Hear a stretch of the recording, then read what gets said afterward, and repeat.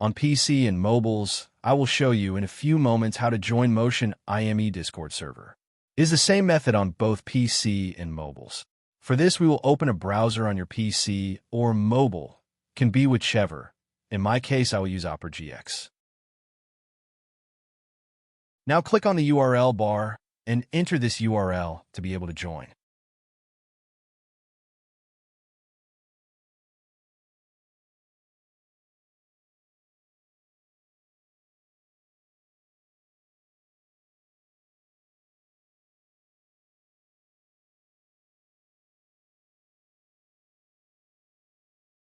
Doing this will automatically start your Discord application if you have it installed.